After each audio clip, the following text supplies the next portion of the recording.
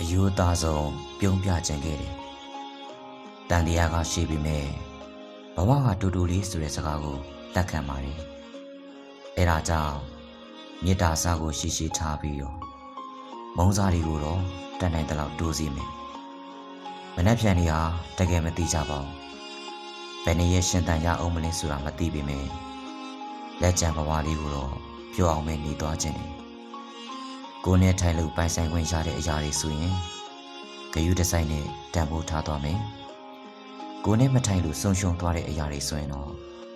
အသာတကြီးနဲ့ပဲလက်လွတ်ဖို့ကြိုးစားလိုက်မယ်။ခွန်လို့မယ်အတက်နိုင်ဆုံးနားလည်းပေးလိုက်မယ်။ကိုယ်အနားမှာနေခြင်းတဲ့သူတွေကိုနှွေးထွေးစွာဆက်ဆံပေးပြီးတော့ကိုယ်အနားမှာမနေခြင်းတဲ့သူတွေကိုတော့သူ့သဘောအတိုင်းထွက်သွားခွင့်ပြုလိုက်မယ်။အဲ့ဒါကခံနိုင်ရမရှိတော့လို့မဟုတ်ဘူး။ဘသူအတွက်ကြောင့်နေမှာကိုယ်စိတ်ကိုပူလောင်အောင်ထပ်မလုပ်ချင်တော့လို့အများကြီးလည်းမျောလင့်မထားတော့ဘူး။ကိုယ်တိုင်ဖန်တီးလို့ရတဲ့ပျော်ရွှင်မှုကလွယ်ရင်တခြားသူတွေလမ်းပေးရဲ့ခံစားချက်တွေကိုတိမ်ဆိုင်တင်ကဲလို့မျိုးအချိန်တိုင်းရင်ပျောက်ကွယ်သွားမှာပဲမို့လား။အဲ့ဒါတွေကိုအမြဲထင်ပြီးတော့ဆွဲလန်းဖက်တွေထားမယ်ဆိုရင်ကိုပဲနာကျင်စရာကြီးနဲ့ကြံ့ရစ်ခဲ့ရမှာပေါ့ဖြစ်နိုင်ရင်လေ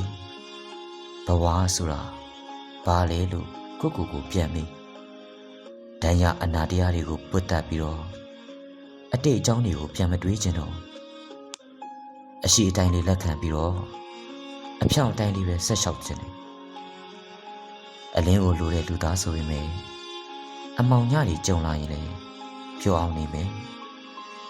စိတ်ကူးတွေကအတိုင်းဆွဲတော့ပိုင်ဆိုင်လို့စိတ်များများမထားပဲနဲ့ငှက်လေးတွေမွေးမယ်ဂျိုးယူလေးစိတ်များများမရှိပဲနဲ့ပန်းလေးတွေပြိုးမယ်လူတွေကလူမို့ကိုလည်းဒဏ်ရာတွေရဲ့လက်ကတော့ပြေးမလွတ်ခဲ့တာအမှန်ပါဒါပေမဲ့လေအရန်အားငယ်တဲ့အခါမှာဆိုရင်တင်အောင်စုံလေးတွေကမျက်လုံးရဲ့အဖော်ဖြစ်ပြီးတော့ဒီကြိုက်လဲကြလာတဲ့အခါမျိုးမှာတော့ကိုဟာကိုယ့်ရဲ့အကောင်းဆုံးအဖော်ပဲပေါ့ရှင်တန်ခွင့်ရှိသလောက်လေးနေပြီးရပိုင်ခွင့်ရှိသလောက်လေးပဲညှဉ်းနှိုးသွားမယ်အများကြီးလဲယူမသွားခြင်းဘူးအများကြီးပဲပေးခြင်းခဲ့တာပါတကယ်မတည်မြဲတဲ့ဘဝပါအရာရာဟာတည်ငါမှန်းနဲ့နားလဲပါလိမ့်ဒါပေမဲ့မိုးချုပ်လို့နေဝင်နေကန်ကုန်လို့တေကန်ကြုံတဲ့အချိန်ကြရင်တော့လောကလူသားတွေအပေါ်မှာကိုကအယိုးသားဆုံးပြုံးပြခြင်းသေးတယ်မိုးရင်းစာရည်သူကိုလေးစားခုံပြုပါတယ်